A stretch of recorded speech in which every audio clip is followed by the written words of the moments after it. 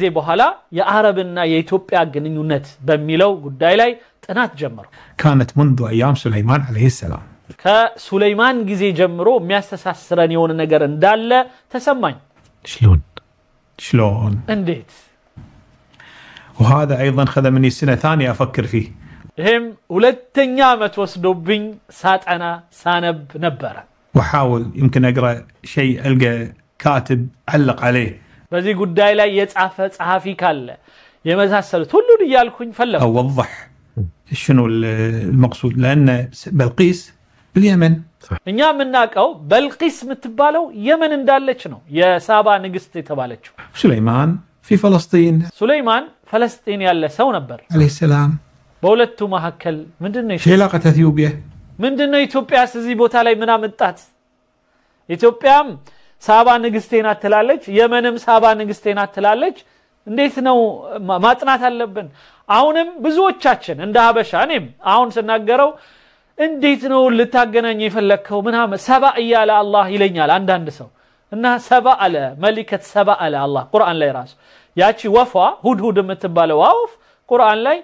ምን አለች ወጂቱከ ሚን ሰበኢን ቢነበኢ የቂን ከሰባ በጣም የሚገርም ወሬ ይዤልህ መጣሁ ነው ያለችው ከሰባ የሚለው ቦታ ነው ሴትየዋ ነው ወይስ ምንድነው የሚለው ነገር ጥናት የሚፈልግ ነው ገና ከዚሁ ማለት ነው ከዛ በኋላ ከሰባ ወሬ ይዤልህ መጥቻለሁ ከሰባ ሌላው ኢትዮጵያኖች በኢዛና ጊዜ ያአኽዱድ ቁርአኑ በሚመሰክረው መሰረት ከዚህ በኩል ሄደው እዛ አካባቢ ያሉትን የኢሳ አለይሂ ሰላም አማኞች ወይም በኢሳ ያመኑ የሆኑ በእኛ በሙስሊሞቹ ሙስሊም ናቸው ምንላቸው በክርስቲያን ወገኖች ክርስቲያን ናቸው ሚሏቸው ሁላችንም ስለ አንድ ሰዎች ስለሆነ ምናወራው እነዚህን ሰዎች ነፃ ለማውጣት ከኢትዮጵያ የሄደው ሰው ኢዛና የሚባለው ሰው እዛው ቀርቷል ስለዚህ ከሱ በኋላ የነገሰችው ኢትዮጵያዊት ንጉስ ብትሆንስ ምን እናቃለን ምን እናቀው ነገር የለም ስለዚህ እኔ ብዙ ነገር ነው ማስበው ሰውየውም እንደዛ ነው የሚያስበው ስለዚህ ኢትዮጵያዊት ንጉስ ሆና ከዛ ከሱለይማን ጋራ ፍልስጤም ተወያዩ አላህ ቁርአን ላይ ሚለንኮ ፈሰخرنا له الريح ንፋስን እንዲያዝ ፈቀድንለት ነው ሚለው ሱለይማንን ስለዚህ በንፋስ ኃይል ቢፈልግ የፈለገውን መስራት የሚችል የነበረበት ጊዜ ነው ስለዚህ የዛኔ ንግስቱን ወደዛ እንዴት እንደወሰዳት እንዴት እንደሄደች ምናምን ቁርአኑ ጠቅሷል ስለዚህ ማን ምን እንደሆነ ግን የዛኔ ቁርአኑም ላይ የትም የምናገኘው ነገር የለም هذا ظليت ايضا سنه ثانيه وانا افكر بس فيه واحاول يعني اقرا حتى يمكن ስለዚህ እኔ ያለኝ እድል ማንበብ ነው አለ ከዚህም ሰምቻለሁ ከዚህም ሰምቻለሁ ስለዚህ ማጥናት ጀመርኩኝ القى جواب አንድ መልስ ባገኝ ብዬ الاثيوبيين يقولون عندهم شيء راسخ ان بلقيس ክብረ ነገስት ይባላል መጽሐፉ በኢትዮጵያኖች እምነት ይሄ በተለይ ክርስቲያኖች ወንድሞቼ ናቸው በብዛት በዚህ ጉዳይ ላይ ክብረ ነገስት ሚለው መጽሐፍ የሃይማኖትም መጽሐፍ ስለሆነ ወይም ከሃይማኖት ነገር ጋር የተያዘ ስለሆነ እናም ከሃይማኖት ጉዳይ ጋር አብሮ ተላብሶ ስለመጣ ያው የክርስቲያኖች ብለን የተውነው ነው በኔ እምነት ታሪክ የጻፉት ክርስቲያኖች ከሆኑ ያን ማንበብ ፊደሎቻቸው እንደምንጠቀም ሌላው ነገሮች እንደምንጠቀመው ሁሉንም የራሳችን የጋራ የሆኑ እሴቶች ናቸው ስለዚህ ፊደሉን ምኑ እንደምንጠቀም ሁሉ ይሄንን መጠቀም ይችላል ማንበብ ጥሩ ነው حبشيه وليس ስለዚህ በኢትዮጵያውያን እምነት የተወሰኑ እምነት እቺ በልቂስ የምትባለው ሳባ ንግስት ሳባ ብለው ኢትዮጵያዊናት ብለው ያምናሉ يمنيه እና የመናዊናት እኛ ደግሞ ምንለው ይሄ የተወሰነ የመናዊናት እኛ ደግሞ ኢትዮጵያዊናት يقولون ان بلقيس ملكه حبشيه او اثيوبيه ኢትዮጵያዊናት ብለው ነው የሚያምኑት طيب احنا عندنا يعني ثابت في التاريخ العربي انها يمنيه بالعكس نسبها متواتر እኛ ጋር በጣም እርግጠኛ ሆነን የመናዊናት ብለናል موجود وهي من حمير የሚባል አሁን ከዛ ሰውዬ ጋር በተፈልጉ አገናኙት ከጀላሉዲን ከሚባለው ፕሮፌሰር ሕሚየር የሚባለው ህዝብ ወደ ኢትዮጵያ ሄዷል ወይም ደግሞ ከኢትዮጵያ በኢዛና በኩል የሄደው ህብረተሰብ እዛ ተቀላቅሎ ከሕሚየሮች ጋር ተዋልዷል ብዙ አይነት መልሶች ይኖሩታል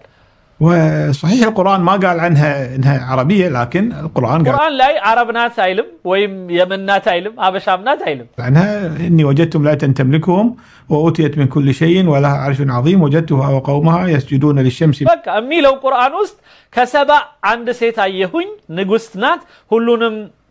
ትገዛለች ምትገዛው ግን ፀሐይ ነው ምናምን ብሎ ነው የተናገረው ሁዱድ የሚባለው ወፍ ለሱለይማን ሲነግረው ወይም ለሰለሞን من دون الله الى اخر هذا. المهم سبأ وجئتك من سبأ ስለዚህ እዛ ላይ ወጂቱከ ሚን ሰበኢን ሰባ ከሚባል ቦታ መጣውልህ ወይም ከሰባ መጣሁልህ ነው የሚለው الهدهد يقول حق لسليمان عليه السلام وجئتك من سبأ بنبأ يقين المقصود سبأ اليمن. نعم. هذا بتفسيرنا በእኛ አተረጓጎም ይህንን የመን ብለን ተርጉመ ما يقولون لا سبأ في عندنا في اثيوبيا موجود ሰባ ግን እኛ ጋ ነው ብለን እናስባለን في منطقة ثانية يسمونها سابا. سابا يقول اسم سابا موجود الى اليوم على فكرة، يعني اكو اليوم بنات በጣም የሚገርምህ በኢትዮጵያ ውስጥ አንዳንዷ ሴት ትመጣና ስምሽ ማን ነው ሳባ ትላለች ሳባ ማት ሳባ አለ كثيرات اسم شائع مثل ما نقول عايشة እኛ ጋር አይሻ እንደምትለው እነሱ ጋር ሳባ የሚለው ስም ነው በቃ ብዙ ቦታ حصة نيرة اسم شائع سابا عندهم كلهم سابا اسم ሁሉም ጋር የታወቀ ነው شائع من آلاف السنين ከሺዎች ዓመት በፊት ጀምሮ ሳባ የምትባል ሴት አለቻቸው الى اليوم يستخدمونها سابا والمقصود فيها سبأ እስካሁን ድረስ ያ የሚታሰበው የሰባ ምንለው እኛ የየመኑ አይነት ነው سبأ. لها اسم آخر مكيدة ሌላ ስም አላት ማክዳ ሚል وأحيانا يطلقون عليها ملكة سبأ كوين ሌላ ጊዜ ኩዊን ሼባ ይሏታል ወይም ንግስት ሳባ ይሏታል of شيبة ملكة سبأ ويقولون سبأ عندنا موجودة. أنا እኛ ጋር አለች በቃ ይሉሃል ምን ትላለህ በቃ ማጥናት زرت منطقة في أكسوم مدينة تاريخية جميلة ሌላው አክሱም ሄጄ ነበረ በጣም ደስ የምትል ከተማ ናት وتعتبر من أقدم الحضارات الأثيوبية የኢትዮጵያዊው የቀድሞ ወይም በጣም የጥንት ታሪካዊ ቦታ ነው ما قبل الميلاد. هذه ማውራ ሚላድ በፊት ማለት ከኢየሱስ ልደት በፊት ስላለ ታሪክ ነው مدينة موجودة وفيها تاريخ ممتد إن شاء الله نتكلم عن بعض شيء من تاريخ ስለዚህ ጉዳይ ስለ አክሱም ነገስታት ምናምን ወደፊት በሰፊው እናወራለን بعدين. في هذه المدينة في قصر أطلال قصر በዚህ ከተማ በጣም ትላልቅ የሆኑ ህንጻዎች አሉ ወይም ግንባታዎች አሉ እንደ አህራማት ማለት أنا زرته እኔ ሄጄ ጎበኛሁት يقولون هذا قصر شيبة ይሄ አንዳንዱ ውስጥ እዛው ካለው የሳባ ቪላ ወይም የሳባ ካስል ምን እንበለው የሳባ ቤተ መንግስት ነው ብለው ያሳይተውናል هذا قصر السابا ملكة سبأ الملكة السبئية هم يقول የንግስት ሳባ መቀመጫ ነበር ብለው ይነግሩሃል ይሄ ምን ታረጋዋለህ يقولون وانا زرته وشفته ولفيت فيه وكذا በደንብ አየሁት ዞርኩኝ اطلال ما باجي منه الا السور طبعا አሁን ያለው እንትን ነው ያው የተወሰነ የተራረፈ ነገር ነው ያለው ግን ما في اشياء اخرى بس ان هذا قصر هم يقولون بلقيس اي طيب ይሄ የበልቂስ ወይም የሳባ ምክንያቱም በልቂስ የሚለው ስም ቁርአን ላይ የለም ሐዲስ ላይ የለም ታሪክ ነው የነገረን የአረቡ ታሪክ انا الحين انسان محايد ابي اعرف الحقيقه او ابي أعرف ስለዚህ እኔ ኒውትራል ነኝ አሁን አረብ አልሆንም አበሻ አልሆንም እንዲሁ አጥኚ ነኝ ተመራማሪ ነኝ ታሪክ አንባቢ ነኝ اعرف منطقيا شلون تركب القضيه يعني ስለዚህ ይሄ ጉዳይ እንዴት ሊሆን ይችላል ብዬ ሎጂካዊ ነገሮችን መሰብሰብ ይችላል احنا عندنا سبأ باليمن شابهه الى اثيوبيا وهم يقولون ሁለቱ ተካፍለዋል لا باثيوبيا وهذا شيء راسخ عندهم في المعتقد مالهم እነሱ ጋር በእምነት ሁሉ የተሳሰረ እውነት ነገር ነው ብለው የሚቀበሉት ነው راسخ. طيب شلون نوفق بين القولين بعد القراءات هذه كلها وبعد حتى قضية حمير وتاريخ حمير وكيف توسعت حمير እኔ ከዛ በኋላ ስለ حمير ስለሚባል ጎሳ ማንበብ ጀመርኩኝ እንዴት እንደተስፋፉ ከየት እንደመጡ እንዴት እንደተዋለዱ ከማን ጋር እንደተገናኙ ማየት ጀመርኩ وصلت الى الصين ووصلت الى اقاصي افريقيا በጣም ጥጉን አፍሪካ ድረስ የደረሰች ሕምየር የምትባል ጎሳ እንዳለች ግን አይቻለሁ እስከ ህንድ እስከ ቻይና ምናምን حمير دولة استعمارية استمرت نا حمير የሚባለው በአጠቃላይ የሚስፋፋ የሆነ ነገር እንዳለው አየሁኝ ተስፋፍቷል أقل تقدير 1000 سنة ና 1000 ዓመት በተለያየ አካባቢ ላይ ሲዞር የነበረ እንትን ነው ንጉስ ወይም ምንድነው ስሙ ጎሳ ነው واكثر لين حتى اخر ملوكها اللي هو يوسف ذو نواس የመጨረሻው ዩሱፍ ذو نواس የሚባለው ነው ዩሱፍ ذو نواس የሚባለው እስኪደርስ ድረስ الحميري يوسف ذو نواس الحميري اخر ملوكها هذا اللي اسقطه ابرهه مع جيش اثيوبيا اللي اتوا ይሄንን ደግሞ ከኢትዮጵያ የመጣ ሌላ አብርሃም የሚባል ንጉስ እንደጣለው ነው የሚነገርለት في ذيك السنة قبل الإسلام تمام فحسب حمير دولة استعمارية كبيرة حتى أنه يقال وهذا أثر موجود في الكتب اللي قرأتها ሌላው ባነበብኩት መጽሐፍ ላይ ባገኘሁት የዚህ የሕምየር የሚባለው ጎሳ ስርጭት أن أفريقيا كلها أطلق هذا الاسم نسبة إلى ملك حميري يمني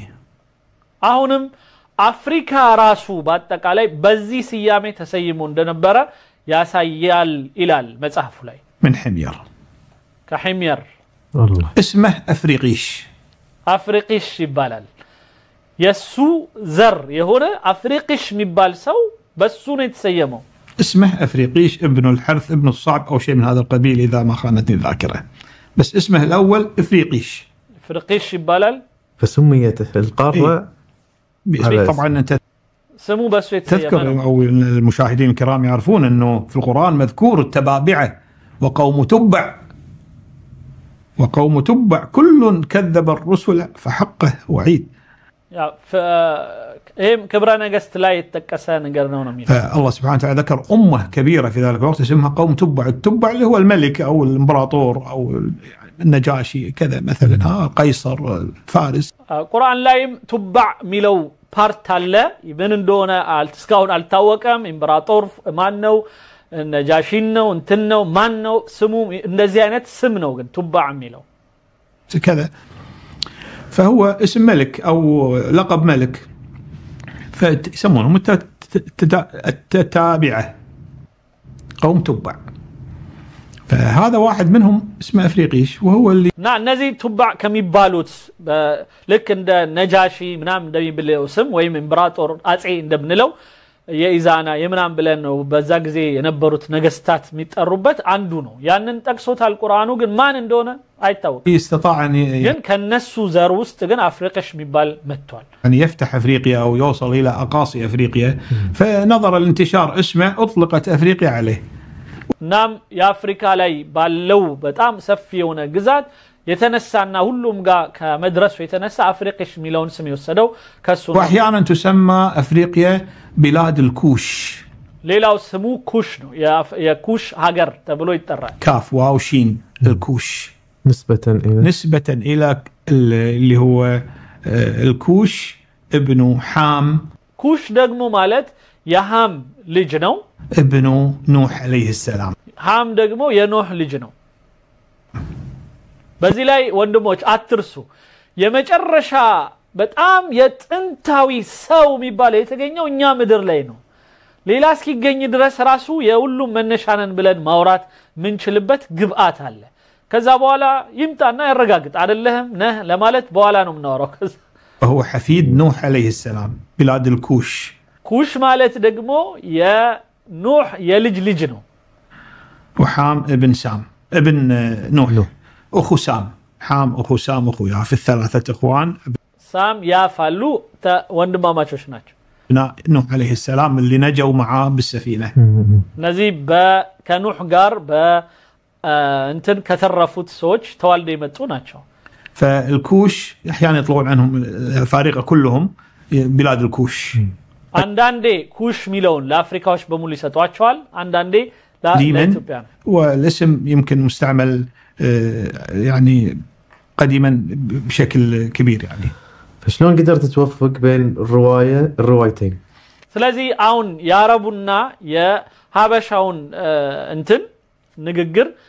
የታሪካዊ ዘገባ ከሳባ ጋር በተያዘ ምን አይነት ነገር ላይ ደረስክ زين والله يتفكر واقرا وكذا ما توصلت له وهو اجتهاد والله اعلم እኔ ያሰብኩት ሁሉም የራሱ መንገድ ሄዶ ብዙ ጽፎልናል ግን እርግጠኛ መሆን አልቻልኩም እስካሁን ገና ያነበብኩ ነው የሚሉት ሳቸው اعلم ما اقدر اجزم ان هذا هو الصحيح እኔ ይሄ ነው ትክክል ብዬ መቁረጥ እስኪያቀተኝ ድረስ ነገሮች በጣም ሁሉም ማስረጃ ይዞ የሚጓዝበት ሆኖ አግኝቻለሁ بس قبل لا اقول لك شنو تفكيري لازم اقول قصه بلقيس وسليمان ነገር ግን ከሱለይማንና ከበልቂስ ወይም ከሳባ ታሪክ ግን ቁርአን ላይ ካለው የማየው ነገር زين وش اللي حصل بينهم باختصار በሁለቱ መሐከል የተፈጠረውን ነገር ቁርአን ጠቅሶልኛል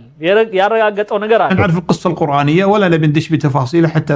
ما نضيع وقتنا يعني كثير ሌላ ብዙ ከማውራትም የሚቆጥበን የሆነ የሁለቱን ግንኙነት ወሳኝ ፓርቱን ቁርአን ጠቅሶልኛል ምን ብሎ بلقيس زارت سليمان عليه ሳባ በእኛ በእነሱ የበልቂስ ከሱለይማን ጋር እንደተገናኘች ነግሮኛል በወቅቱ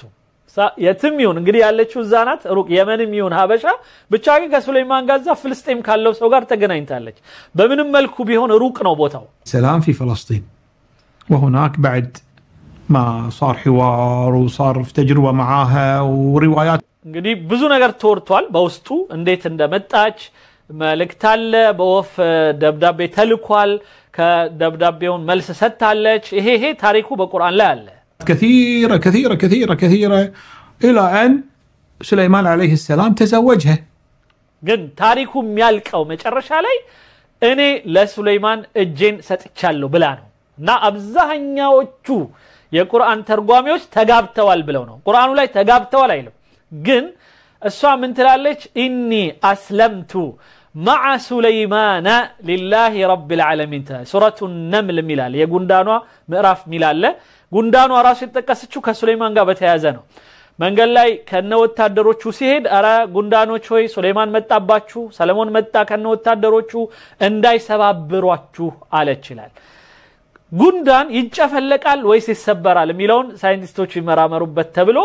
መጨረሻ ላይ ይሰባበራል ጉንዳን እንጂ አይጨፈለቅም ይላል ይሄ አንዱ የሃይማኖታዊ እነሱ የሚሉት ሳይንሳዊ ማረጋገጫ ምናምን ብለው ከሚጠቅሱት የቁርአኑ ጉዳይ ነው እሱን እዛው ውስጥ ገባ ማለት አልፈልግም ግን እንዳይሰባብራችሁ ግቡ ወደ ጉርጋዳችሁ አለቻቸው ይላል يا أيها النمل ادخلوا مساكنكم لا يحطمنكم سليمان وجنوده እነዚህ ሱለይማንና ወታደሮቹ ሳይሰባብሯችሁ ተደበቁ ግቡ ከዛ ሱለይማንም ሰማና ንግግሯን فتبسم ضاحكا من قولها ፈገጋለ ንግግሯን ሰምቶ ይላል ቁርአን ላይ እና ይሄንን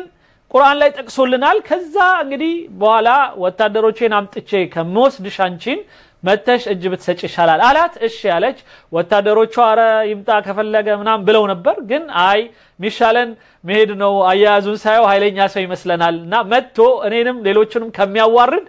ሄጄ ባናገረው ይሻላል አለች ይላል ይሄ የሳባ ጥበብ ነው ለዚህ ነው በሳባ የሚያምኑ ሰዎች ያላቅማቸው ትላልቅ ኃይሎችን ተጋፍጠው ሀገርን አያወድሙም በትክክሉ ቢታይ ማንንም ዝም ብሎ ሶስት መሳሪያ ይዞ ምናምን ሀገር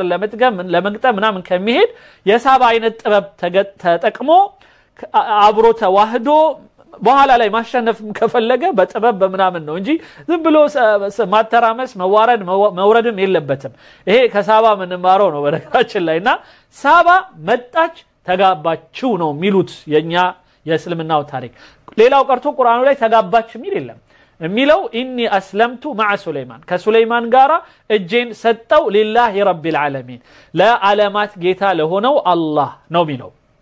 ገብቷቸዋል ስለዚህ ይሄን ነው ያነበብኩት ነው የሚለው القرآن لا يقول ما يقول انه تزوجها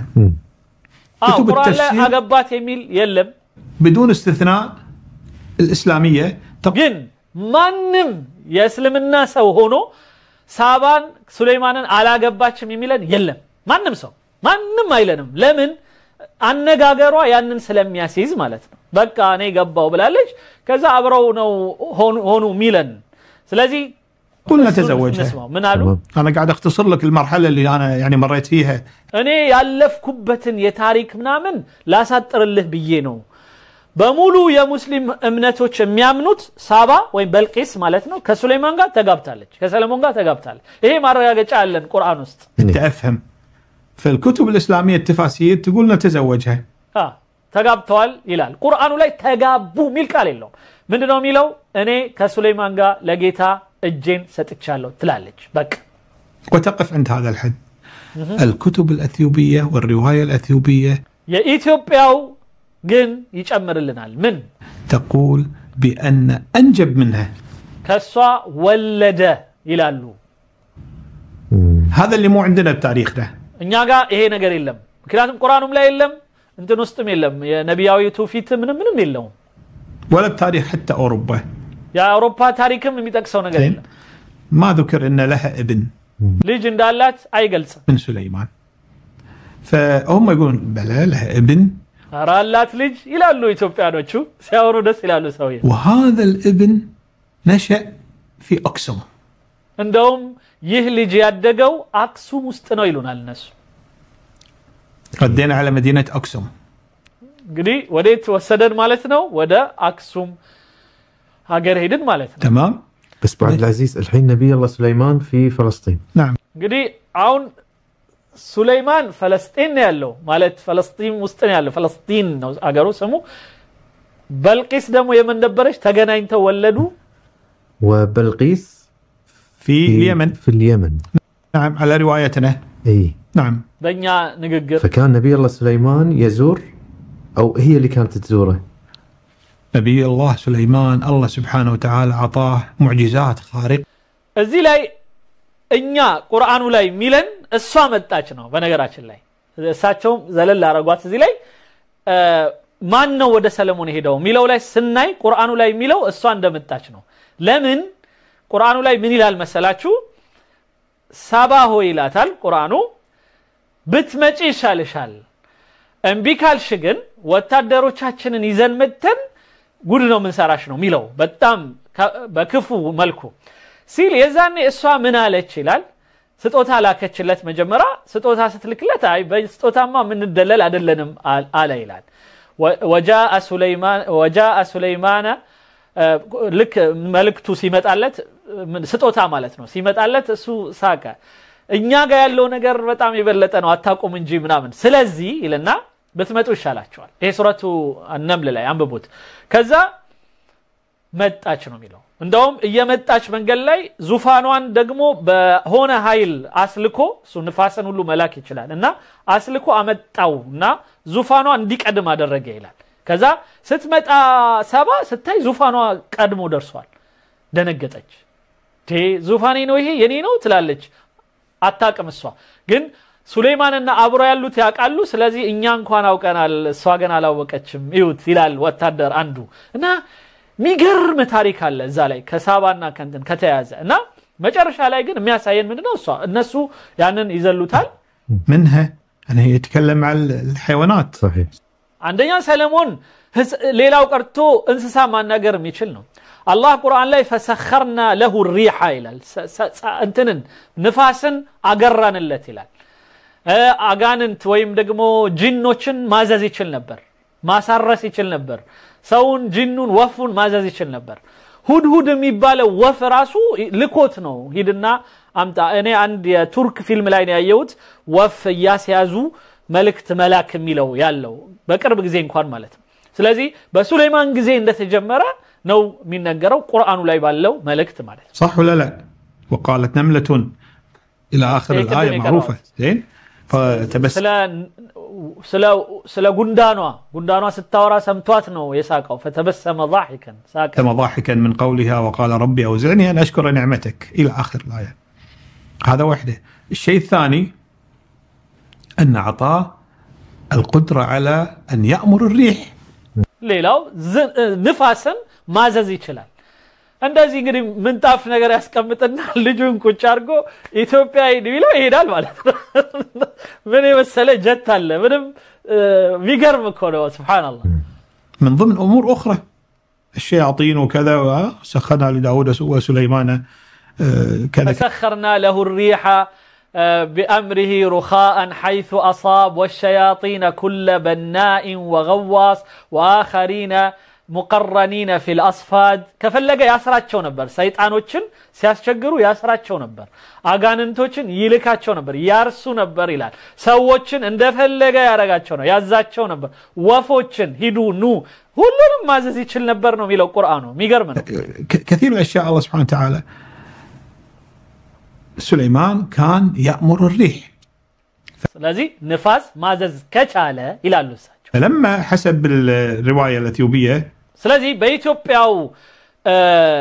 ዘገባ ከሄድን زين أنه كان ينتقل لها مو الرواية الأثيوبية كان رواية أظن الطبري إذا ماني غلطان تاريخ الطبري مذكور في هذا الكلام እንኳን የኢትዮጵያውን የሚስማማ ብቻ ፈለጋ ከሄድ ጠበሪንም ታገኛለህ አሉ ጠበሪ ማለት በሙስሊሙ ዓለም የመጀመሪያው ተፍሲር የሚባል የቁርአን ትርጉምን በሰፊው ወደ 10 ምናምን ቮሊዩም በትልቁ ቮሊዩም የተረጎመ ነው ቁርአንን ያብራራ ነው እና ይህ ሰው በአረብኛ ማለት ነው አረብኛውን በአረብኛ ያስፋፋ ያብራራ ነው እና ይህ ሰው ጠቅሶታል ይላል أن ينتقل لها على بساط الريح በምንጣፍ ላይ ወይም በንፋስ ምንጣፍ ላይ ይጓዝ ነበር ይላል كل شهر 3 ليالي يقعد عندها ከዛ ምን ይላል የመን ከሄደች በኋላም ሳባን ልኳት በየወሩ በየ3 ቀን ይሄድላት ነበር ይላል ዋው ይሄንን ነው ሰምቼው አላቀም يسافر على طيارة ما تول የዛ ጊዜ እንትን ማለት ነው የዛ ጊዜ የነበረ የምንድነው ይባለው ጀት ባለው አሉ ሁለታቸው ነው ወይም አውሮፕላን بساط الريح نعم بساط الرياح ማለት የንፋስ ምንጣፍ سافر من فلسطين كفلسطين إلى اليمن وده يمن زوجته تزوجها ምክንያቱም አግብቷታል فكان يروح يزورها كل شهر يقعد عندها 3 أيام أظن هذا الكلام مذكور في تاريخ الطبري والله ስለዚህ ይሄ በጠበሪ ታሪክ ላይ ያስቀመጥ ጠበሪ ሁለት የተፍሲር ኪታብ አለው የታሪክ መጽሐፍም አለው በታሪክ መጽሐፉ ላይ የጠቀሰው ነው ይሄ ሙስሊሞቹ ካላቸው አንዱ መዛግብት ነው ስለዚህ ከኢትዮጵያው ጋር የመቀራረብ ባህሪ ያለው ነው ዓለም تمام ስለዚህ ሊሄድ ይችላል ወደ ኢትዮጵያም ሊወስዳትም ይችላል እሷም ልትጓዝ ትችላለች ምክንያቱም የመኖች ወደ ኢትዮጵያ ብዙ ገብተዋል ንግድ ነበረ መሐላቸው ምንም ችግር የለም ففكرة حتى فكرة بساط الريح ما كنت أتوقع أنا أنها تكون حقيقية لكن هي حقيقية ሌላው ቀርቶ እኛ የንፋስ ምንጣፍ ብሎ የሚያስበው ነገር እውነት ነው ብለን መቀበል ባሁኑ ዘመን ይከብደን ይሆናል ግን ነበረ والمصدر مالها موضوع الريح وسليمان عليه السلام እዚህ ጋር የሰለሞን ንፋስና የሱ መጓጓዣ የሚለው ምዕራፍ ውስጥ ታገኙታላችሁ በዚህ ጉዳይ ላይ ያወሩ መዛግብቶች including ክብረ ንግስት ማለት ክብረ ነገስት هذا ما عليه خلاف انه كان يأمر الريح الله سبحانه وتعالى اعطاه هذه المعجزه ይሄ ጌታ የሰጠው ሚራክል ነው ለነብዩላህ ሱለይማን ወይም ለንጉሱ ሰለሞን አንዳንዶች ንጉስ ሰለሞን ነው የሚሉት በኢትዮጵያውያን መዛግብት ላይ እኛ ግን እንደ ሙስሊም ነብይም ነው ብለን ነው ምናምነው ምክንያቱም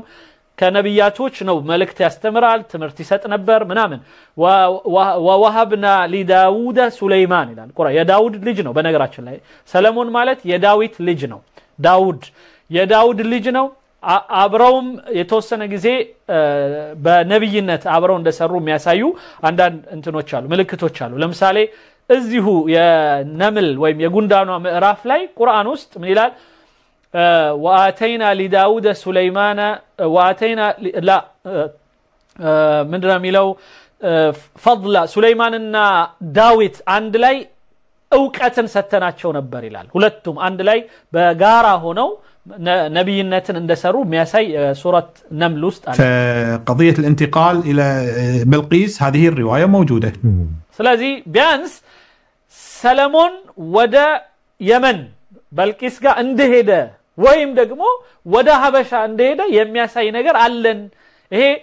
የት እንደሄደ የሚለው ነው ጣቡ ማለት ነው ምክንያቱም ቁርአን ላይ በግልጽ ስላስቀመጠው فاذا صحت فيكون هو يروح يزورها يقعد عندها 3 ليالي ويرجع وبعد 3 اسابيع او 4 اسابيع يروح يزورها 3 ليالي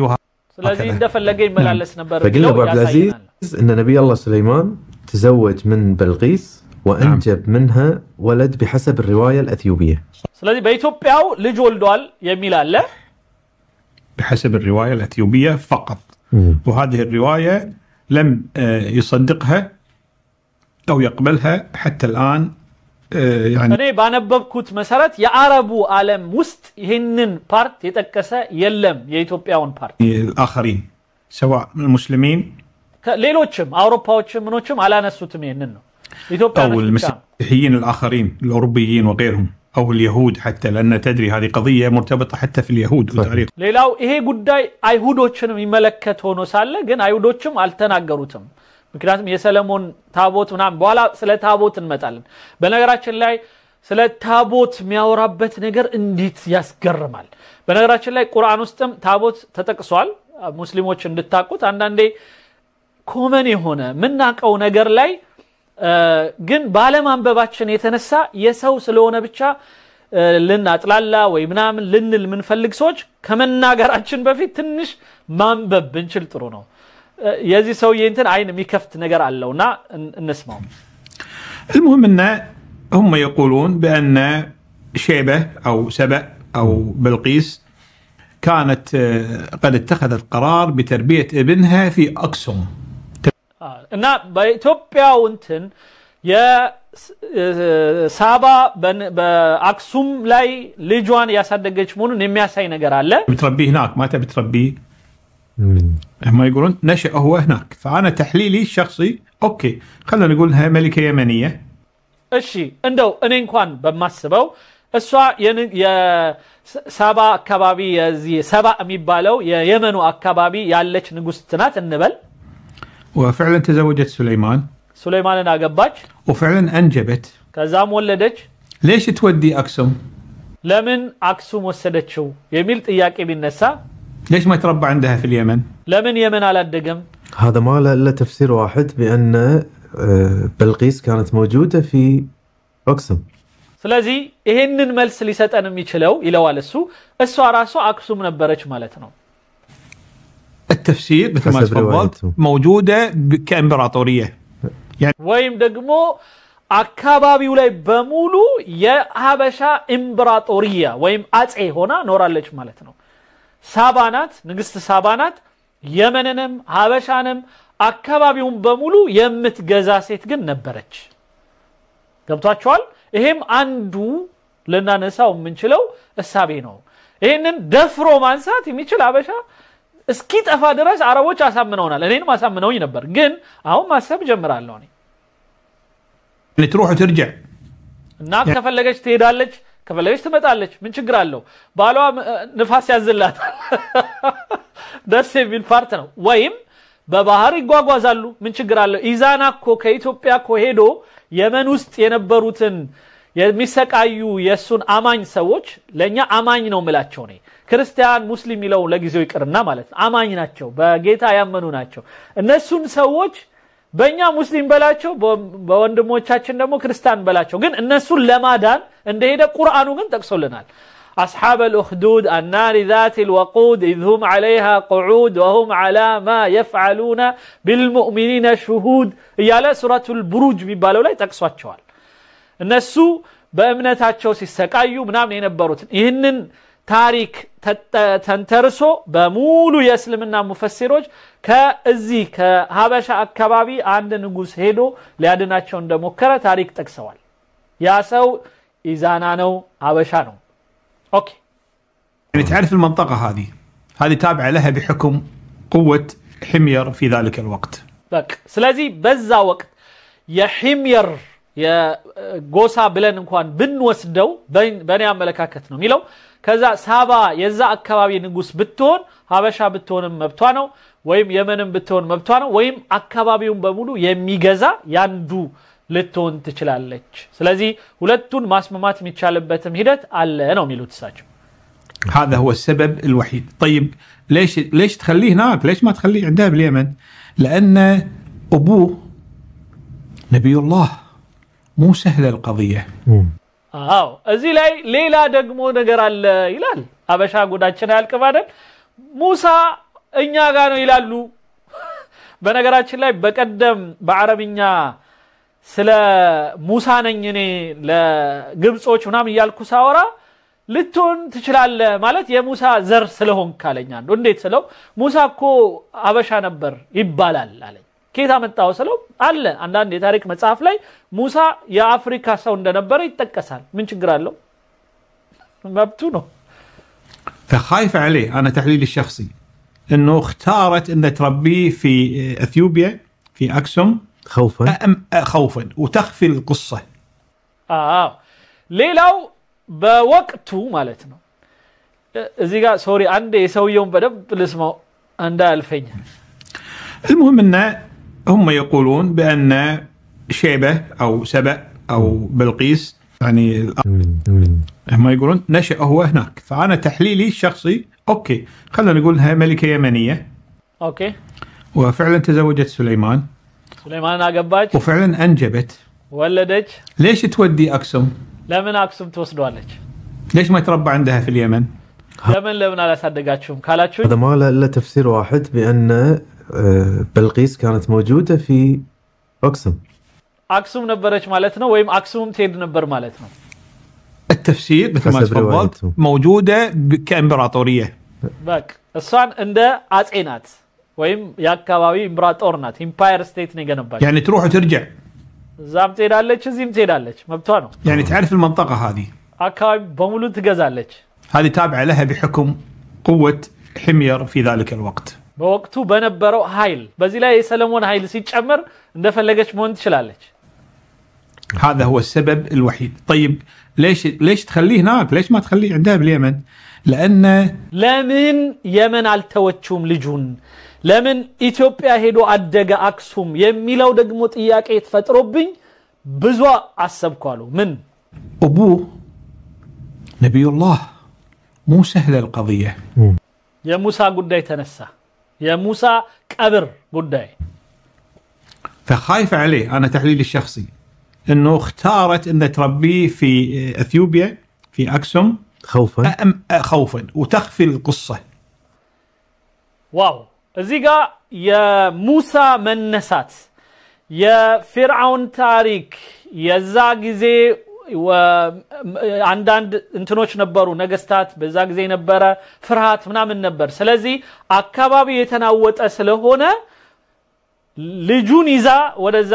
ለመደበቅ ነው ሄደችው የሰለሞን ልጅ ስለሆነ تخفي القصه ما تبي احد يعرف انه ማንም ሰው سليمان የሱሌማን ልጅ መሆኑን ካወቀ አደጋ እንዳይፈጠርበት ብላ ይዛው ሄዳ ሊሆን ይችላል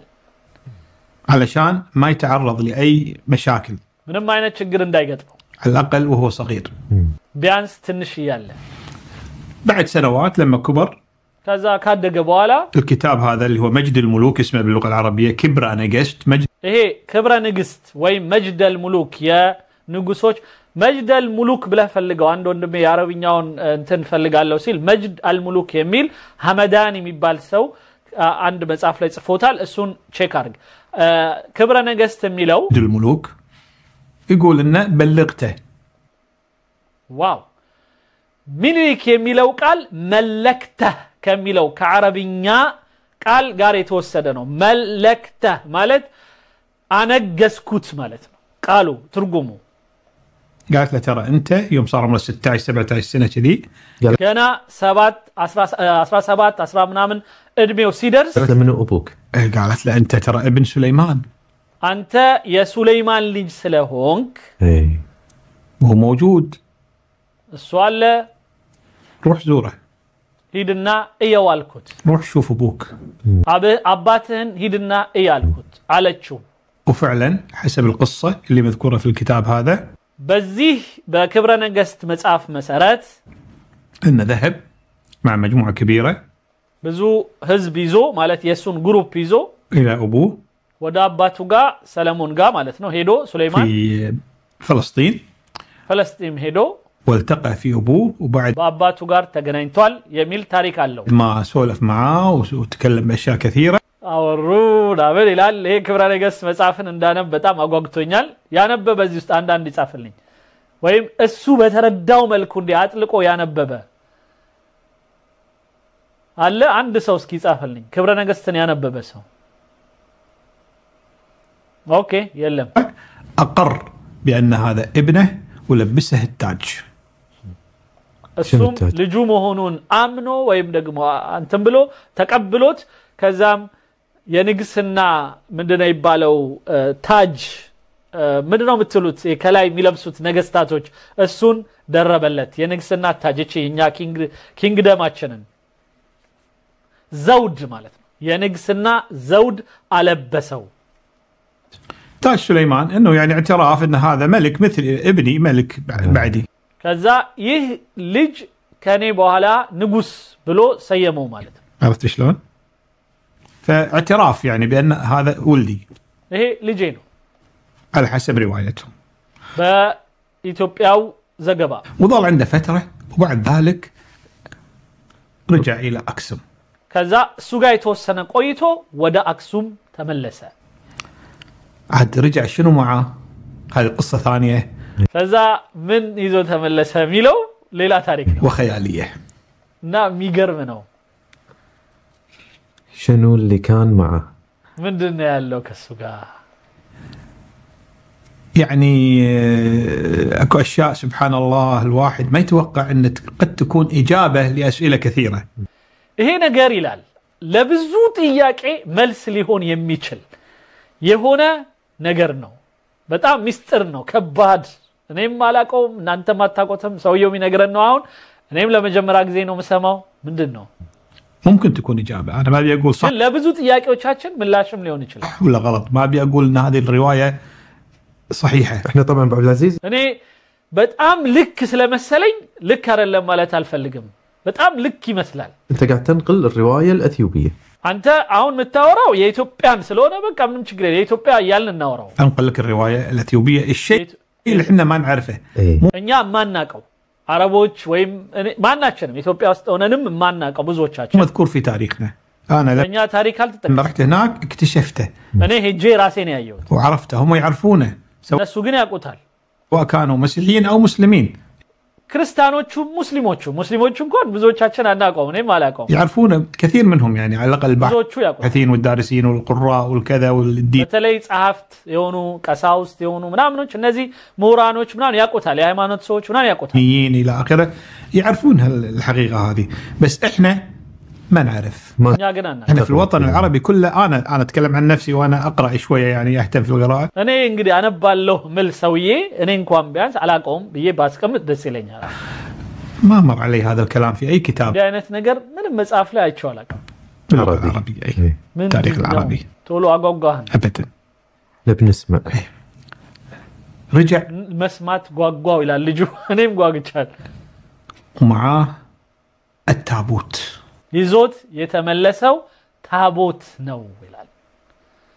የሰለሞን ልጅ ወይም ሱለይማን ከሱለይማን አባቱ ወይም ከሱለይማን አለይሂ ሰላም በእኛ እምነት ነብይ ስለሆነ ይዞ የተመለሰው ምንድነው ታቦት ነው መቼም ነብዩላህ ሱለይማንን ነብይ ነው ማለት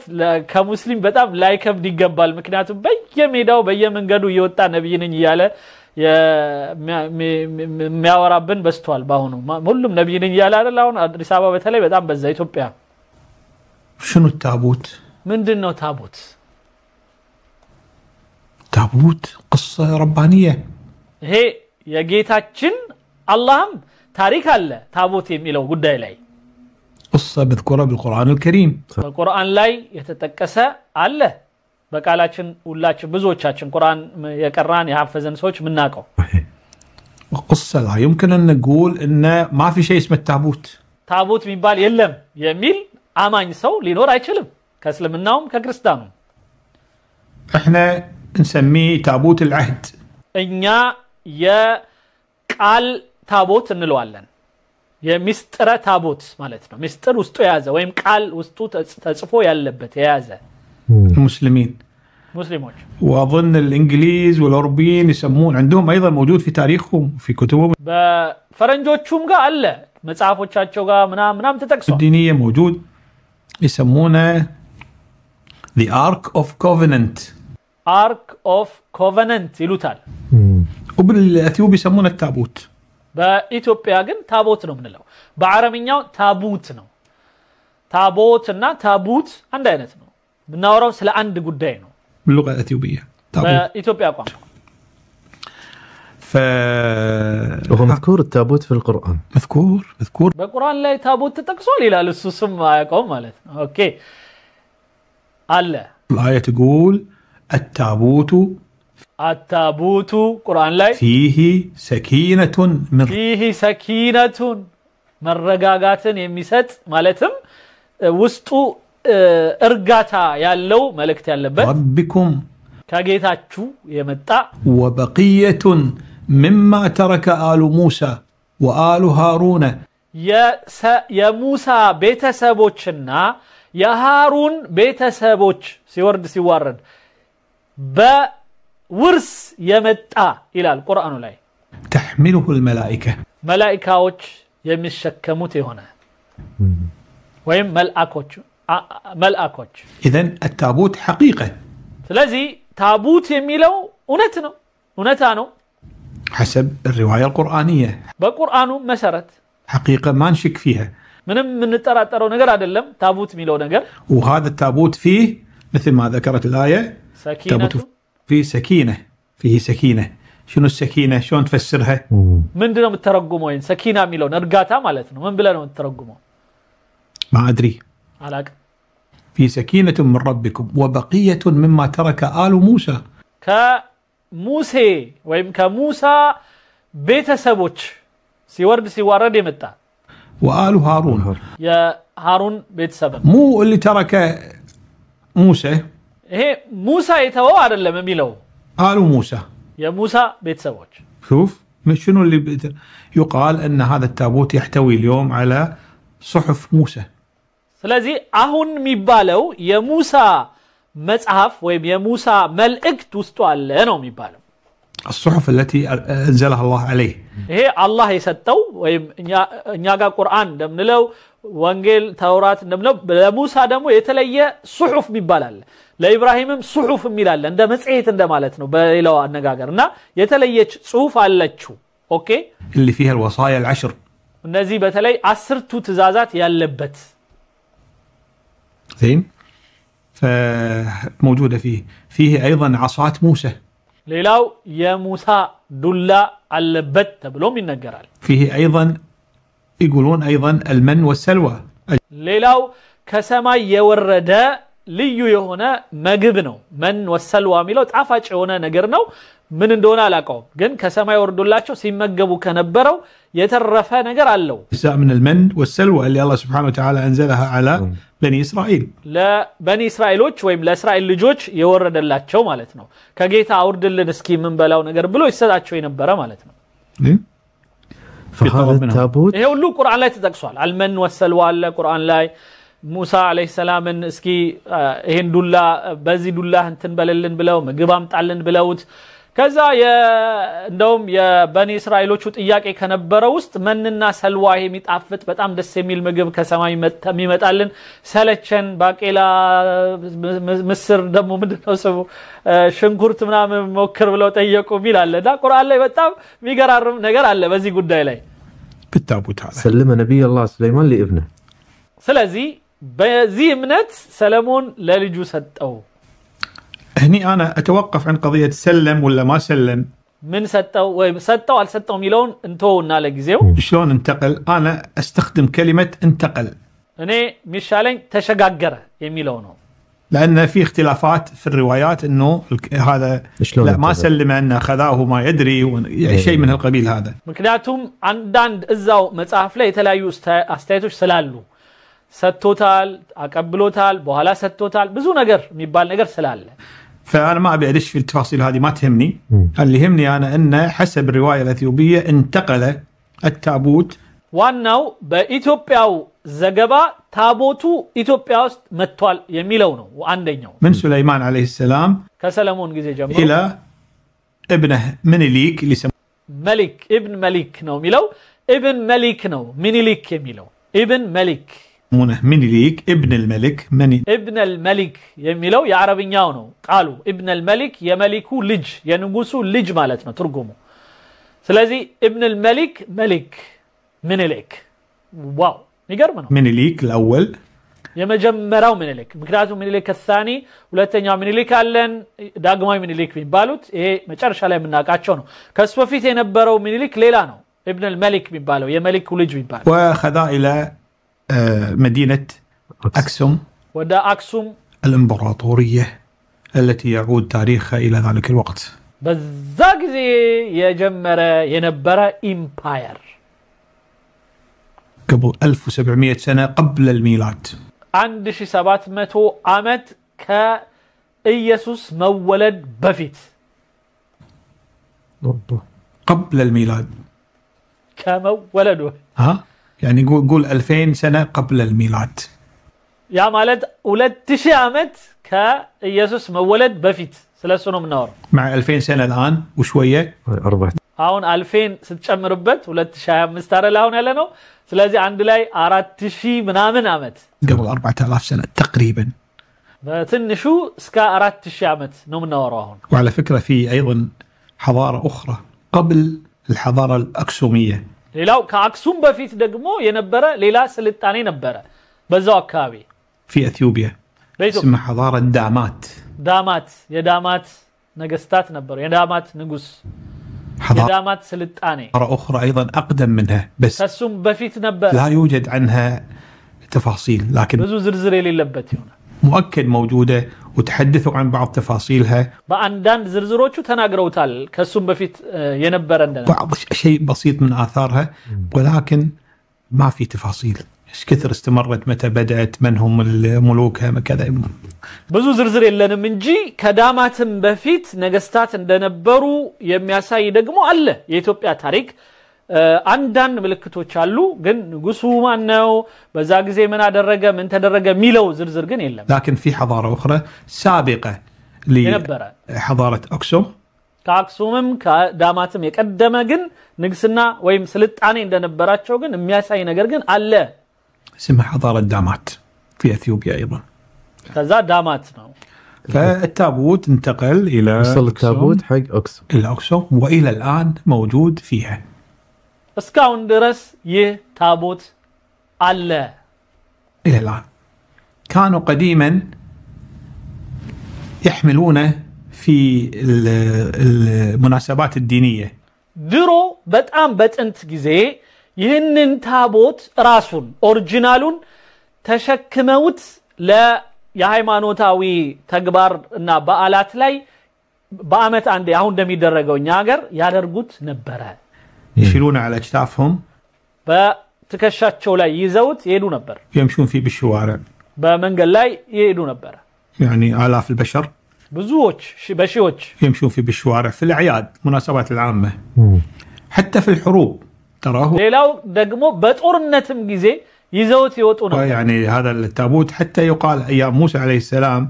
وما بعده كان يستخدم للاستنصار በሙሳ ጊዜ ከሙሳ በኋላ የነበሩ ሰዎችም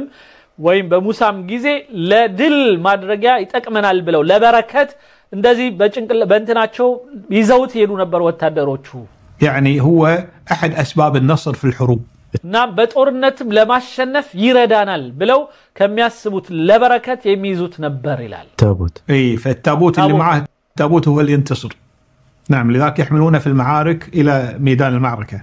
ወደ ጦርነት ስለዚህ ሜዳ ላይ ሲወርዱ ይዘውት ይሄዱ ነበር فهم يعني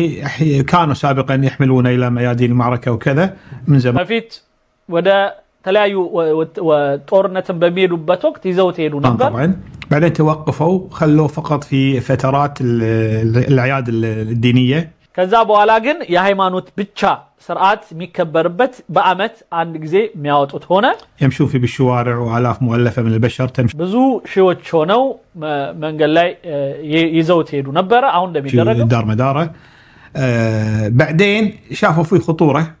ከዛ በኋላ ግን አደጋ ስለፈሩለት واكتفوا بعمل نسخ مقلدة ታቦቱን ሌላ መሰል የሆኑ ታቦቶቹን ይመስሉ ነገሮች ብዙ ሰሩለት ወይም እሱን ይመስል من التابوت ከራሱ ከታቦት نسخ የተለያዩ ኮፒዎች እሱ ሚለውን ነው ማስቀምጠው አይ ቲንክ ያነበበው ከክብረ ነገስት ነው يمشون فيها بالمدن كلها تقريبا አሁን በከተማዎች በሙሉ ያው ታቦት ተብሎ የሚሄደው ማለት كل سنة في الأعياد تلقى مواكب ضخمة ብዙ ህዝብ የተከተለው ታቦት የሚለው የሚሄደው أعداد كبيرة جدا ويحملون هذه التوابيت من مدينة إلى مدينة وفي إحياء للذكرى هذه ይሄንን ማስታወሻ ለማምጣት في المدن كلها تقريبا التابوت الأصلي موجود عبد العزيز إلى اليوم إلى اليوم ይሄ ታዲያ ኦሪጂናሉ ታቦት የሚባለው መጣ የተባለው ከሙሳ ከሱሌማን ምናምን ዘርዘር ተሻግሮ የመጣ የተባለው አለ ወይ ይላቸው في أقسم أنا رحت له مرة واحدة አዎ አክሱም ሄጄ አይቼዋለሁ بس طبعا ما تقدر تقرب يمه አትቀርበውም ማለት እዛው ጋር አትቀርብም ግን ከርቀት ታያለህ يعني في 100 متر تقريبا አንድ 100 ሜትር የሚያክል ራቅ ብለህ ግን ታየዋለህ بينك وبينه في سور حديدي ممنوع التجاوز ብረት አጥር አለው መሻገር ክልክል ነው وهو في مثل القبة እና እንደ ቁባ ነገር አለው ማለት እንደዚህ ክብ የሆነች ግንባታ تحت ነገር التابوت ولا يسمح لأحد أن يقترب منه إلا شخص واحد في أثيوبيا كلها በኢትዮጵያ በሙሉ ከአንድ ሰው በስተቀር እዛ ታቦቱ አጠገብ መቅረብ አይፈቀድም ለማንም قسيس تعين አንድ ቄስ ብቻ الكنيسة يبقى هو يخدم هذا التابوت ይህንን ቦታ ያገለግላል ያጥባል ይጠርጋል አካባቢው ምናምን አንድ ሰው ብቻ إلى أن يموت እስከሚሞት ድረስ فإذا مات ሲሞት عين واحد ثاني مكانه لا ሌላ يسمح ሰው በቦታው ይተካል لرئيس ولا ملك ولا مسؤول ንጉስ መሪ ነኝ ባለስልጣን ነኝ ካንቲባ ነኝ ምናምን ብሎ መጥቶ ያን ቦታ መንካት አይችልም ማንንም ቦታ አይደርስም ولا أمير ولا غيره إنه يفتح هذا الصندوق أو يقترب منه غير هذا الرجل ሌላው ይህንን ሳጥን መክፈት ራሱ የሚችለው አንድ ሰው ብቻ ነው هو موجود ሶሪ ታቦቱን ታቡት የሚለው ያው ልክ እንደ ሳጥን አይነት መልክ ነው ተከፍቶ ውስጡ መልእክት ተቀምጧል የሙሴ እና ያንን ተብሎ ስለሚታሰብ ነው ይቅርታ ሳጥን የሚለውን የተጠቀምኩት صندوق ነው ያለው صندوق ልክ እንትኑ የሚከፈት የሚዘጋ ስለሆነ ማለት كنيسة تابوت لا مو بكنيسة أنا ما شفته بكنيسة والله ما أتذكر ግን እንትን ነው ይላቸዋል ምንድነው ቸርች ነው ቦታው እኔ እንጃ አላስታውስም ምን እንደሆነ ብቻ ግን ቦታውን አይቼዋለሁ إذا كانت كنيسة ولا لا بس أنا أتذكر إنه كان مثل قبة فوقه وهو ብቻ ከላይ እንደ ቁባኛ እንደምንለው ክርስቲያኑም ጋር ሙስሊም ጋር የሚገርመው የሚመሳሰል አይነት አሰራር ነው ያለን አይደል ይሄ እንደዚህ ክብ ሆኖ ከላይ የኛ ጨረቃና ኮከብ ያስቀምጡበታል ክርስቲያኑ ወገኖቻችን መስቀል ያስቀምጡበታል አይደል እንደሱ ማለት تحت موجود وعلى بعد حوالي 100 متر في سور حديدي ከዛ 100 ሜትር ራቅ ብሎ الناس ورا السور واقفة وتطالع من بعيد وتصور ከርቀት ሆነ ማንሳት ይችላል تعلق عليه يسمح حسب التقاليد الدينية በሃይማኖታዊው አባባል የሚፈቀደው المسيحية ለክርስቲያኖች أن هذا القسيس يفتح الصندوق أو التابوت كل سنة مرة واحدة በአመት አንድ ጊዜ ብቻ መክፈት ይፈቀድለታል ከፍቶ ማየት ውስጡ ምን እንዳለ ወይም ሰላም እንደሆነ ማለት ነው فقط للتأكد من محتوياته ምንም እንዳልተነካ ወይም ደግሞ ያለውን ነገር ለማረጋገጥ ብቻ አንዴ በአመት አንዴ ከፍተዋል يقال የሚባል ነገር አለ በአባባል ደረጃ أن عند فتح الصندوق يتأثر بالإشعاع ልክ እንደ ዌቭ ነገር ያንን ሳጥን የሚከፍት ሰው ጥቃት ይደርስበት ማለት ስሜት አለው የሆነ ዌቭ ነገር في إشعاع يصدر منه ምክንያቱም ብርሃን ነገር ወይም የሆነ ብቻ የሆነ ብርሃን ነገር የሚወጣው ነገር ويتأثر ተብለው فيه. ያምናሉ ويضعف صحيا እናም በጤናው ላይ በጣም ድካም ያመጣበታል هذا اللي انا قراته ይሄ ያነበብኩት ነው لكن يتحمل هو كل هذا ይሄን ሁሉ ተሸክሞ ከፍቶ አረጋግጦ لان هذا شرف بالنسبه له ለሱ ክብር ነው ይሄን ማድረጉ وعند وفاته بعد سنين طبعا خدم وصار عمره كبير وكذا وتوفى يعين واحد ثاني مكانه وهكذا ከዛ ሲሞት ነው ሌላ ሰው የሚተካው يسمح له بالتاكد من محتويات الصندوق مره واحده في السنه አንድ ጊዜ ብቻ ማለት يرد يسكره ويكتب تقرير او شيء من هذا القبيل نعم فهذه قصه تابوت وهي قصه مذهله الحقيقه እኔ በጣም ከባድ የሆነብኝ የሚገርመኝ የሆነ ታሪክ ነው ያየሁት በዚህ በታቦት ጉዳይ ويعني انا لما قراتها كنت اقراها وشعر جنبي واقف سبحان الله هذا التابوت ممكن يكون ممكن الله ሊሆን ይችላል ያልኩ በጣም እየገረመኝ ነው ያነበብኩት الله اعلم ما اقدر اقول انا صح ولا غلط هو ልክ ነው አይደለም ማለት አልፈልግም ان في دليل بالقران ሌላው በቁርአን አለ ተጠቅሷል ታቦት የሚለው ቃል عن هذا التابوت صح هو كحقيقة تاريخية موجود تاريخكم على القرآن قال هالكلام هذا خلاص انتهى الموضوع كحقيقي لكن وينه ياتنو وين راح يت هيدا صار في ما حد يعرف الا الاثيوبيين عندهم الروايه هذه اثيوبيانوች ግን ያው አለ ያሉ ነው እነሱ ጋር انه هذا هو يابا من ليك من سليمان في ذلك الوقت وحطه في أقسم فصار الحين مزار سياحي ما አሁን ያው የጉብኝት ቦታ ሆኗል በዚህ አይነት መልኩ ነው ولا اي الحين بس تزور وتصور من بعيد وكذا واذا في فيديو تصور فيديو ከርቀት ብቻ ሆነ ከላይ ፎቶ ማንሳት ይችላል መብት ነው ቪዲዮ መቅረጽ ይችላል ብቻ አይ ብቻ تعلق او شيء كذي لكن لا يسمح لاحد مطلقا بالاقتراب من الصندوق هذا او التابوت الا القسيس المعين هذا واحد ግን መቅረብና መክፈት የመሳሰል የሚፈቀድለት ለአንድ ሰው واحد من الاماكن السياحيه التاريخيه المهمه ابو عبد العزيز في اثيوبيا نعم في بعد اماكن سياحيه ثانيه تاريخيه لها تاثير بالتاريخ ስለዚህ ይሄ ማለት ይላል ሰው የእውነቱን ነው ብዙ ነገር አለ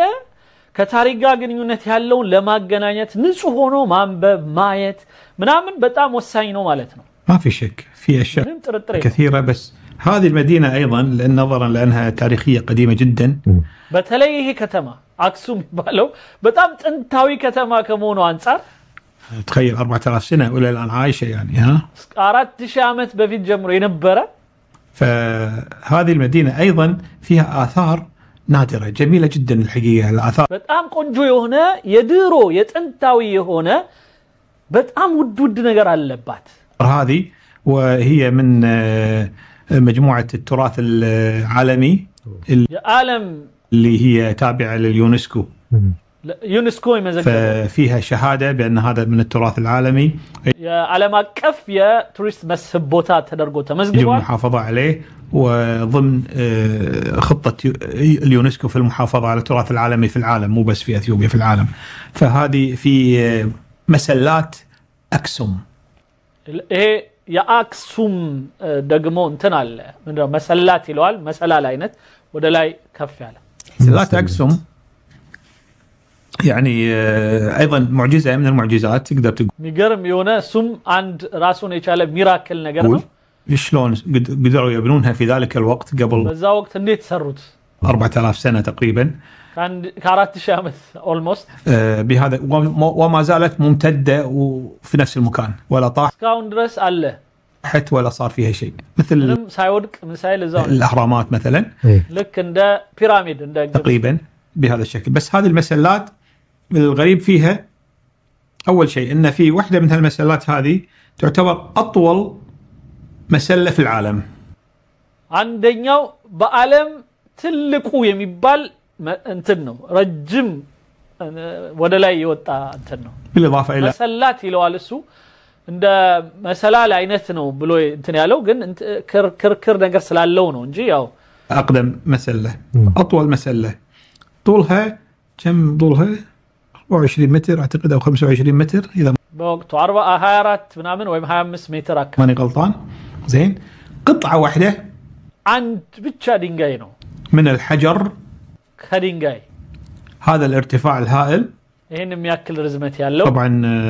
ما ادري كم عرضها وكذا بس يمكن هالكبر كذي عرضها واكثر ይሄን የሚያክል ማለት የሆነ 2 ሜትር በሉት እንግዲህ ጎኑ ስፋቱ زين ونفس الشيء من الناحيه الثانيه በዚህ በኩል እንደዛው 2 ሜትር እንግዲህ በጣም ትንሽ ነው وممتده 24 متر وزنها 160 طن 160 ቶን ይመዝናል 160 ቶን 160 طن 1600 كيلو جرام ማለት قطعه واحده ወይም ኩንታል ሶሪ 1600 ኩንታል ማለት شلون انقشوها في عليها نقوش كثيره ላይ ብዙ የሆኑ ጽሁፎች ምናምን ስላስሎች አሉ አንድ ድንጋይ ከአንድ ድንጋይ የተሰራ وشلون مدوها بهالشكل هذا እንዴት ወደ ላይ እንደዚህ አቆሙት እንዴት ሰሩት ادري እኔ ግን ሌላው ቀርቶ ስለ አክሱም ስለ ድንጋው እንደዚህ አስበና ቃል እንደዚህ በደንብ እሱ እንዳለው አውርተን አሁን ጭንቅላታችሁ ላይ እንደፈጠረው አይነት ስዕል ተፈጥሮባችሁ ያውቃል ይሄ ነው በጅ ያለ ወርቅ ምንለው يبقى لغز امام العلماء انه ይሄ በቃ እንዴት ይሰሩት ምናምን የሚለው ለምሁራን እንስጠው በቃ ጣሊያኖቹ ወስደው ሊመራመሩበት ነበር መሰለኝ ቆርሶን ያመጡልናል ሰበሩብን እስካሁን ግን ተጋድሟል አልተነሳም እስካሁን ያቺ የተወሰደችው ልክ ነኝ መቼ ነው እንግዲህ አሁን ያለው ማህበረሰብ እንኳን አዲስ የአክሱም ሐውልትን አይነት ሊሰራ ይቀርና ጣሊያኖች ወስደው ቆርሰው ይላኩለትን መሬት ላይ አጋድሞታል እስካሁን ማቆም አልቻለም እስካሁን ልክ ነኝ አንዳንድ ጻፉልኝ የመንግስት ሰውም ካለ እዚህ ጋር ተሳስተሃል ይበለኝ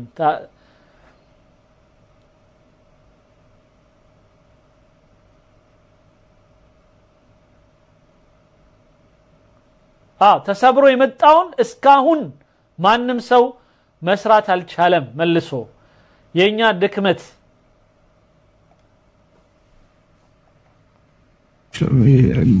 عندهم امكانيات شنو الامكانيات اللي عندهم وشلون قدروا يسوون كل هذا ይሄ ሁሉ እንዴት ተሰራ በምን አቅማቸው ሰሩት ይሄንን እንዴ በቃ ሚለው ራሱ ምርምር ያስፈልጋል ጥናት ያስፈልጋል زين واستمرت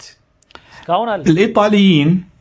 اللي ጣሊያኖች هم القوة الوحيدة تقريبا اللي احتلت اثيوبيا ኢትዮጵያን ለመጀመሪያ ጊዜ ሄደው በወረሩ ጊዜ في التاريخ بتاريخ يعني التاريخ على الاقل الحاضر 400 500 سنة او شيء كذي الايطاليين احتلوا اثيوبيا في عام 1936 ليل ب 36 ب 1936 41 5 سنين 5 عامات በዛ አካባቢ በነበሩበት ጊዜ احتلوا اثيوبيا احتلال كامل كل اثيوبيا تقريبا وظلوا فيها وكذا وبعدين معارك ما معارك وطلعوا ከኢትዮጵያ ጋር ሙሉ በሙሉ ኢትዮጵያን ይዛለሁ ብለው በነበረው ትግልና እንትን ምንድነው ስሙ ጭፍጭፍ ወይም ደግሞ ጦርነት سنة 37 اعتقد لما شافوا هذه القطعة هنن يا አክሱም ሐውልት ባዩ ጊዜ وطبعا مو مسلة واحدة هم مسلات 200 مسلة አንድ ብቻ አይደለም አሉ 200 የሚደርስ ነው ብዙ ነው ያለው اللي موجودين او اكثر قاعد نتكلم عن اطول وحده هذه አሁን ያወራነው ስለ አንዱ ረጅም ስለሆነ ነው እንጂ አጠራ ያሉ ብዙ አሉ 24 متر هذه اللي وزنها 160 هذه قالوا نبي ناخذها ونوديها ايطاليا ጣሊያን ወስደዋለን አሉና ايطاليين فشلون يودونها قصوها الى 3 قطع አንዱን ለሶስት ቆረጡትና قصوها قص وما ادري شلون حملوها بالبحر طبعا እንዴት እንደወሰዱት አናቀም በባህሪውን በጅኒ ወሰዱት ذاك الوقت زين ما ادري والله بالبحر ولا بالجو ماني متاكد يعني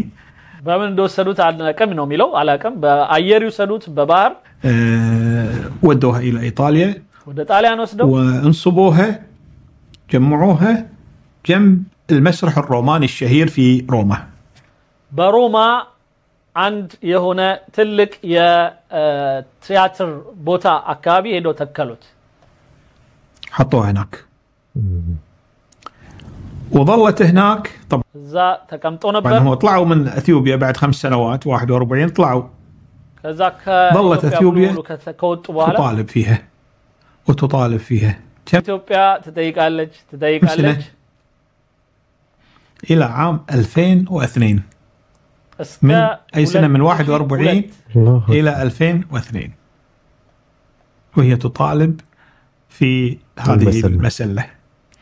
وآخر شيء تم الاتفاق،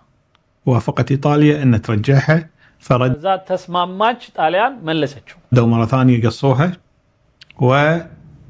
እንደገናም ተቆራርሶ ردوها بالطيارة በአውሮፕላን አመጡ። بس الظاهر مو كلها دفعة واحدة، ظلوا على فترات يعني እንግዲህ ባንዴ ማምጣት አልቻሉም። ያው በተለያየ ጊዜ ነው የተቆራረሰ ይዘውልን መጡ ማለት አንድ የነበረውን ቆራርሰው لما كملوا الثلاث قطع ووصلت إلى أقسم ردوها مكانها. ردوها مكانها. اليوم تروح أقسم أنا لما رحت لها وشفت موجودة، قصتها موجودة جنبها. እዛው ተቆራርሶ ቁጭ ብሎ አይቼዋለሁ አሉ እሳቸው። نعم هذا واحد من الأماكن. هذا واحد من الأماكن. ይሄ አንዱ ካየሁት አስገራሚ هناك يعني واحد وقال لنا في معلم أنتم ما شفتوه ترى وايد زين وجديد ما حد يعرف عنه وايد. አንድ ሌላ አለ። شنو هو؟ قال امشوا وياي ونروح وياه لما وصلنا إلى مثل ما تقول باب صغير كذي ودري تنزل فيه مكان يعني ما بالعين شيء. ላሊበላ وتنزل فيه 4-5 دريات، وبعدين يكون تحت مثل غرفة صغيرة كذي 3 ب3 وفيها صخرة. ከዛ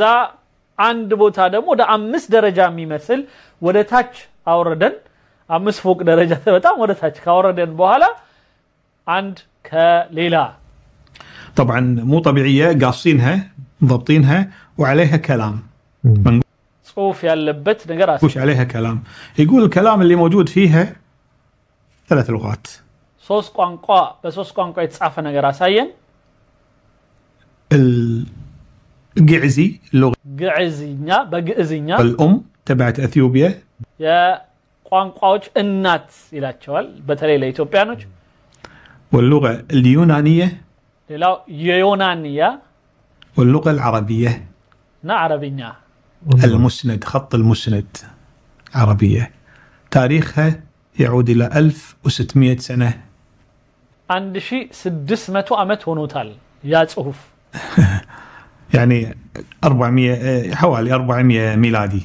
يا مالت بإيسوس كتولد 400 ዓመቱ ላይ ማለት تقريبا ما أتذكر بالضبط التاريخ، بس تاريخها عليها